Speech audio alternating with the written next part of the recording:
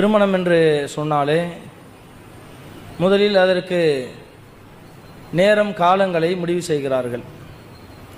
அது எந்த நேரத்தில் வைக்கலாம், எந்த மாதங்களில் வைக்கலாம், எந்த நாட்களில் வைக்கலாம் என்று முடிவு செய்கிறார்கள்.